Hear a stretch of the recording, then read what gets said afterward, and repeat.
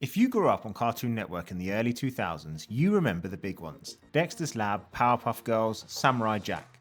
But in between those hits, there was a show that made absolutely no sense, and that was kind of the point.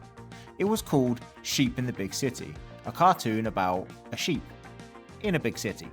And somehow it managed to be one of the strangest, smartest, and most forgotten things Cartoon Network ever aired. It had a villain named General Specific, a scientist called the Angry Scientist, and an entire character literally named the Plot Device.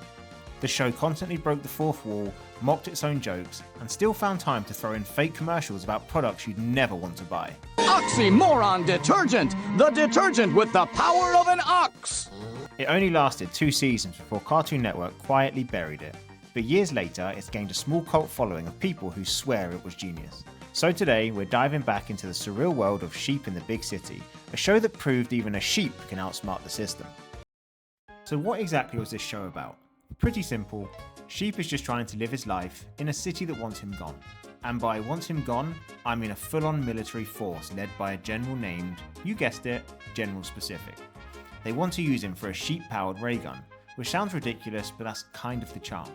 The show had a unique style, a mix of surreal humour, wordplay and constant fourth wall breaks. Every episode was packed with bizarre gags that somehow worked without ever slowing down the story. Characters were memorable for all the wrong reasons. The Angry Scientist, who's angry about literally everything. Private Public, whose name is exactly what it sounds like. And the Plot Device, well, they explain themselves. You couldn't make this up if you tried. And despite the simple premise, just a sheep trying to get through the city, the show thrived on its unpredictability. Every scene was a surprise, every joke a little left field, and every character perfectly tuned for chaos. What set Sheep in the Big City apart wasn't the plot, it was the humour. The show thrived on absurdity. 1 second, Sheep is running away from an army. The next, there's a fake commercial for a product that doesn't exist. Like seriously, oxymoron roach sweets. No one needs these, yet somehow it's hilarious. Then there's the Plot Device, a literal character whose entire role is to explain the plot to the audience. Silly, I am whimsical. Most cartoons would hide exposition. Sheep in a Big City put it front and centre, and made it funny.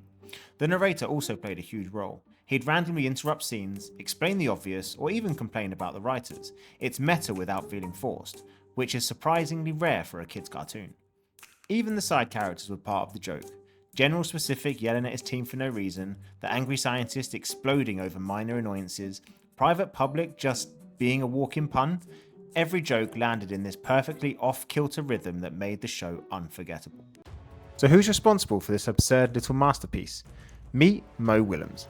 Before he became a world-famous children's author, he was animating for Cartoon Network, working on shows like Codename, Kids Next Door, and contributing to Dexter's Lab. Willems' signature style shines through in Sheep in the Big City.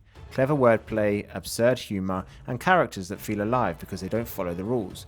Every gag had a little twist that kept the viewers on their toes. Even his later work in children's books carries that same mix of simplicity and smart humour. A character with a single purpose can still make you laugh. Just ask the pigeon. It's a reminder that Sheep in the Big City wasn't just a weird cartoon, it was the work of a creator who knew exactly how to make chaos feel charming. So if Sheep in the Big City was this clever, funny, and completely original, why did it vanish? Well, the short answer, timing.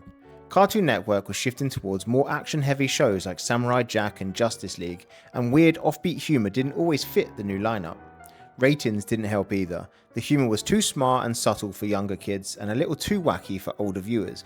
It was caught in this awkward middle ground. Brilliant, but easy to overlook. Add in the fact that reruns were minimal, and soon the show was quietly pulled from rotation. No merchandising, barely any promotion, and most of its audience moved on to bigger hits.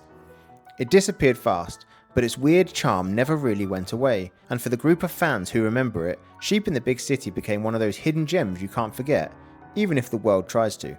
So, could Sheep in the Big City work today? Honestly, probably. Shows like The Amazing World of Gumball and Smiling Friends thrive on that same kind of chaotic, absurd humour. The world might actually be ready for Sheep now. Even though it only lasted 2 seasons, it left a mark. Its clever jokes, unique pacing, and memorable characters have kept a small but devoted fanbase, proving that a sheep can really make an impact. If you enjoyed this deep dive, don't forget to hit that like button, subscribe for more lost cartoon explorations, and leave a comment telling me what show you think we should cover next.